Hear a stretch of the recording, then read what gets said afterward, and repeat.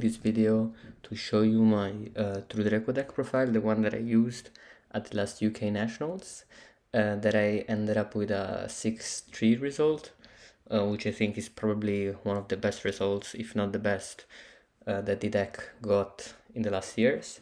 So yeah, I basically wanted to show you the profile for anyone who really likes the archetype and who might really want to play it.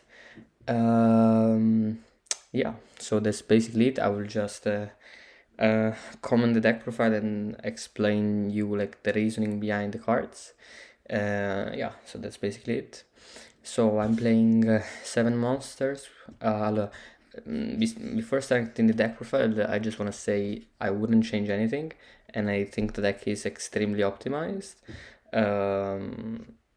But yeah, after having said that, so starting with the monsters, I play 7, which I think is the correct ratio. Dynamite is very good going first, Ignis is very good going second, and you need Maiden as an extra name, and it can also be quite good to like combo off with the trap. Also, like Maiden plus Dynamite is like a very good interruption. Then I place 3 Heritage, which are standard, and 3 Disciples, which are a little less standard. Like you could be a little greedier and play 2. The thing is, since I also play Desires, just always want to make sure that I have 3 Disciples in deck. Again, so that I can use Desires quite freely, and I know that I can banish 2 and it's not a problem. But again, you basically need a third one for grind games, so I think it's mandatory also in matchups like Tier or Runic. Again, having the third one can really come up. Then 3 Duality stable, 2 Desires which are also stable. There are people claiming that like the card is bad in the deck because you value resources. I mean, it makes sense to a certain extent, but if you know how to play it, it's almost always a +1. And even in the off chance where you draw Desires of Desires, again, like in some cases you can also discard it with Diagram, so it's not even that bad. Then of course one Forming, one Diagram, and for the consistency cards, one Upstart, one Void, one Demise. Void is relatively weak, but you still need to play it, again because you need consistency. The only alternative would be like playing the second Maiden, but the thing is you don't wanna clog your hands with too many monsters, so that's why Void is generally better. Then for the drops, I'm playing 3 Erupt, 3 Drain, and 3 Summon Limit for the Floodgates, the reason why I play the deck. So the reasoning behind Summon Limit, I mean, I know it's quite bad going second, while other cards like Reverie or There Can Be Only One, they might be better going second. But the thing is, going game 1, you need your 40 cards in the main deck to always be alive. So like again, I tried them all, like Reverie, There Can Be Only One, Goes and Match. The problem is they are not always good game 1, while Summon Limit is, at least going first, always valuable, and like in the deck you really need to value every single card to maximize your chances of winning the games. So again, that's why Summon Limit is there, which is a crazy card. It's slightly worse than Skill Drain, but it's extremely good.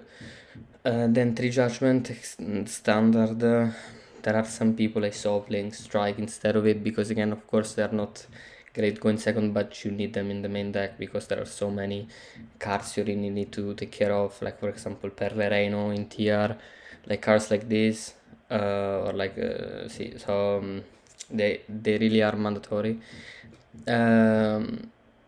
Also, for example, there are people playing Dust in the main decks, like stuff like this, you need to play them.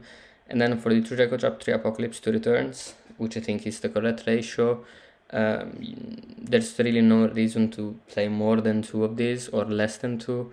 Less than 2 is incorrect because they're really good in the grind game when maybe you have Apocalypse Return and Skill Drain, so you really don't want to banish the return, and 3 is too much because if you draw 2 returns going first, that's terrible because they really don't do anything. Of course, no extra deck. For the side deck, I play 3 Raspier. very good against the combo decks, heavy combo decks like Manadium, or also Tier. It's decent. And it's also very good because you can summon it, then use the effect to extra summon and summon another monster. So it really like fits with the playstyle of the deck. Then 3 Dark Lure no more, extremely good card, like in generally going second. You really don't care about not being able to deal damage because of course you're not going to OTK. So yeah, one probably my favorite side deck card because it's extremely generic, it almost always goes in. Then 3 Axis and Core, of course this is for purely. I tried everything from Spellbound to Herald of the Abyss to Book of Moon, Book of Eclipse. I think this is the best one because first of all I think you need to play a 3-off that allows you to out noir also game like when after it's been established turn 1 because the deck cannot out it. And so that leaves you just with Encore and Herald of the Abyss. And Encore is just better because it prevents the opponent from drawing like 2 or 3 with Sleepy. And yeah, that's basically it. The fact that you can use it in draw phase, it's so valuable. Of course, it doesn't allow you to also play duality when you side this, so I always side out like duality and demise because you special summon monsters, but it's not a big deal. Then Duster, very good generic card. It almost always goes in because almost every deck at least sets up a trap like Salik in Tier or like the Manadium counter trap. Like there are like these kind of cards that beside the end board can really disrupt your game. So I think this must be here. Even if you already play 6 like Spell Destruction, you still need to have like a card like Duster. Then 2 Arrow Wall, probably the most crucial card in the side deck.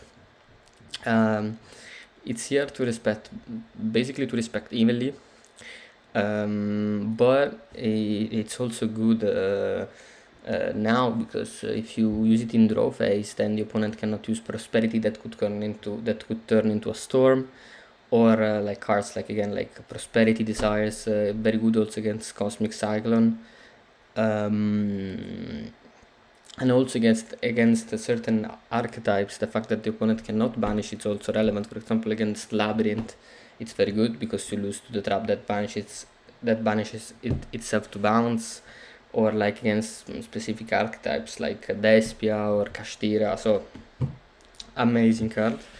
And then Triveli, another very good, actually great card going second. Again, this is even more generic the ruler arguably, so this is very good also because you don't really care about the battle phase. I mean, of course it's good to have it into Draco, but it's not that relevant, so it's just so good. The last thing I wanted to mention was like the basic side patterns. So like going first, you always side in just to Arrow Walls, and I always side out like Void and Upstart. You don't need anything else because the deck going first auto wins. And going second, for example, against the 2 like major like matchups like Manadium, and like for example, let's say purely like against decks like Manadium where you just side 3 Sphere Mode, 3 Ruler, Duster and 3 Evilly, you almost always side out like 3 Summon Limit, 3 Erupt, 3 Judgment, and then like if you need a 10th card, then I always side out Void, but like in order you are always supposed to side in Summon Limit, then Erupt, because going second it's not that good because you also need to have a monster face up.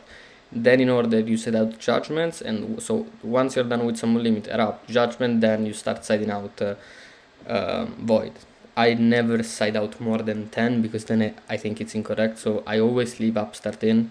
Like in real life I side out Upstart just if I'm close to time, of course, but that's the idea behind it. And against purely it's very simple because I side 7, 3 Encore, Duster and 3 Evilly, siding out 3 duality, demise, and 3 summon limit. 3 duality, 1 demise, and 3 summon limit. But again, yeah, I just wanted to show you the main side patterns for you to like basically know everything about the deck.